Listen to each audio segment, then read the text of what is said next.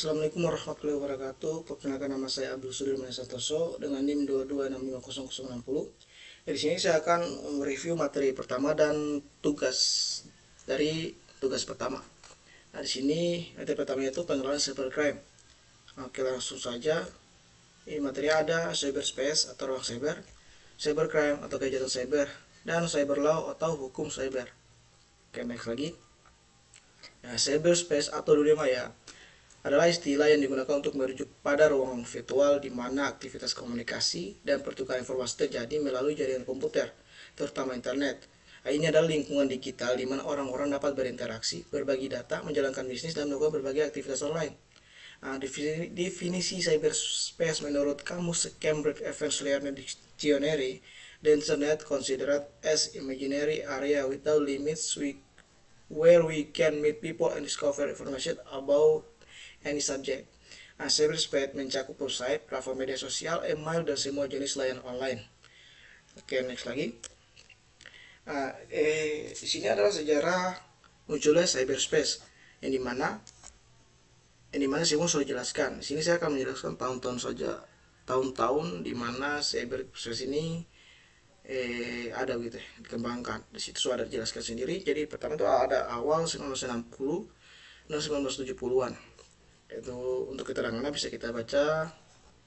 Terus ada 1980-an, ada 1990-an, 2000-an, 2010-an, dan 2020 terakhir. Nah, untuk keterangan sendiri kita bisa baca sendiri di layar.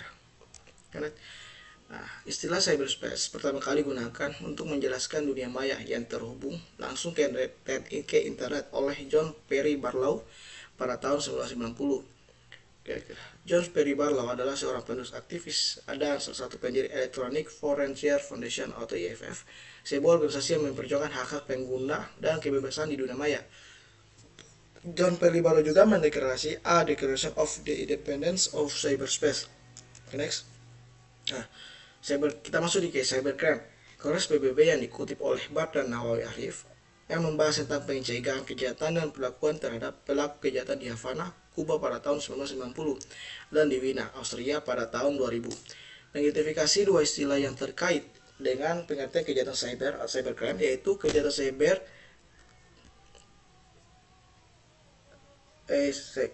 atau cybercrime dan kejahatan terkait komputer related crime. Oke, next. Nah, terus kita masuk di karakteristik khusus dari kejahatan cyber. Yang pertama itu harus ada ruang lingkup kejahatan, terus ada sifat kejahatan, 3 ada pelaku kejahatan, 4 ada modus kejahatan, 5 jenis-jenis kerugian yang ditimbulkan. Nah, karakteristik ini menimbulkan kompleksitas dan dinamika dari kejahatan cyber yang memerlukan perhatian khusus dalam upaya pencegahan, deteksi, dan penegakan hukum yang efektif. Next. Nah, di sini ada jenis-jenis kejahatan cyber. Yang pertama ada pencurian identitas atau identity theft, ada phishing, ada malware, ada ransomware, dan peretasan atau hacking. Nah, di sini kita bisa baca sendiri pengertian dari apa yang saya sebutkan tadi. Oke, lanjut lagi. Yang keenam ada serangan DDoS atau Distributed Denial of Service. Terus ada pencurian kekayaan intelektual, ada pemalsuan vulgasi, ada pornografi anak atau child pornografi, ada cyberbullying, pelecehan di dunia maya. Terus ada penyebaran informasi palsu atau disinformation, peretasan email, pengintai espionage, penggelapan cyber extortion, kejahatan keuangan online, ada pelanggaran privasi atau privacy invasion, ada pencurian akses, authorized access, terus ada kejahatan seksual. Nah, terus ada kejahatan seksual, sexuality, cybercrimes, terus ada pemasaran online atau online blackmail, terus ada kejahatan sumber daya komputer atau computer research crimes. Nah, itu adalah beberapa dari jenis kejahatan cyber. Nah, terus langsung kita masuk ke tugasnya. Tugasnya kita adalah menambahkan 3 kasus dari 3 jenis kejahatan cyber. Dan kita langsung saja. Yang pertama ada untuk tugas dari penyebar informasi palsu. Sini saya ambil di satu website tersendiri, dimana kalau kita mau cari, kita bisa lihat saja di Hoaxbobbing di Hoaxbobbing Depot nih. Ini judulnya, tinggal kita klik saja, nanti akan muncul bertanya. Terus ada yang pertama itu Hoaxbobbing yang tersebar pada tahun 2021. Bertanya berada tersangka yang bernama AI menyebabkan isu berbau babi ngepet yang muncul di daerah Berawan, Sawangan, Depok AI mengaku bahwa hormon babi ngepet ini digunakan sebagai solusi untuk warga yang selalu mengeluh kehilangan uang 1 juta sampai 2 juta. Terus dia untuk mendukung berita tersebut, semua warga percaya yang merekayasa cerita. Untuk baca lebih banyak lagi bisa kita masuk di hoax babi ngepet di Depok, ada yang berita sebagai bohongan sendiri. Kelas lagi. Ah, sini ada lagi PJB informasi palsu dari Dwi Hartanto sejenis penerius B.J. Habibie.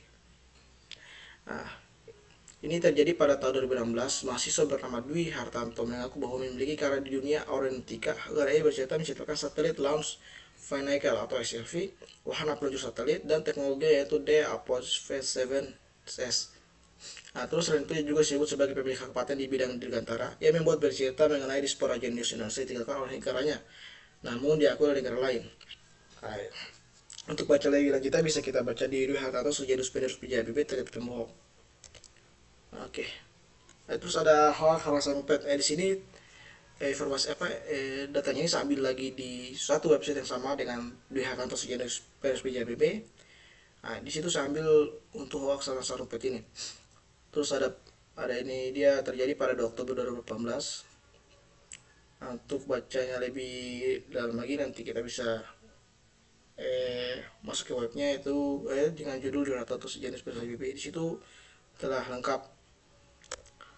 Terus di sini kita masuk ke peretasan tracking. Pada peretasan ini saya ambil satu web yang sama juga, yaitu nanti kita tulis saja 4 kasus peretasan Indonesia 2023 ada di BFRS hingga BSI. Di situ dia sudah ada lengkap peretasan, saya ambil di web itu. Pertama ada BF Finance yang diretas pada 21 Mei 2023. Terus ada akun itu PKS yang dimana saya ambil di web yang sama 2023 juga, dia di awal tahun 2023. Langsung lagi ada ini ke BPJS Ketenagakerjaan. Sini juga saya ambil di website yang sama dengan dua tadi. Untuk jelas untuk lebih jelas lagi nanti kita bisa kita layan akses saja web itu. Terus setelah tadi ada penyebaran berita hoax, ada hacking, sekarang ada ransomware. Di mana ransomware juga ini saya ambil satu web bersama.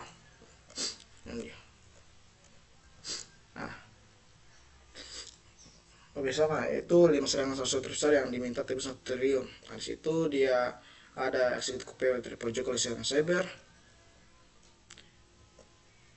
Terus ada serangan WannaCry. Itu lebih untuk baca dengan kita bisa kalian akses dari web yang saya paparkan. Dan mungkin untuk tugas pertama dari mata kuliah cyber law dan cyber crime cukup sampai sini. Maaf jika banyak salah kata. Saya ucapkan wabillahi taufiq wal hidayah. Wassalamualaikum warahmatullahi wabarakatuh.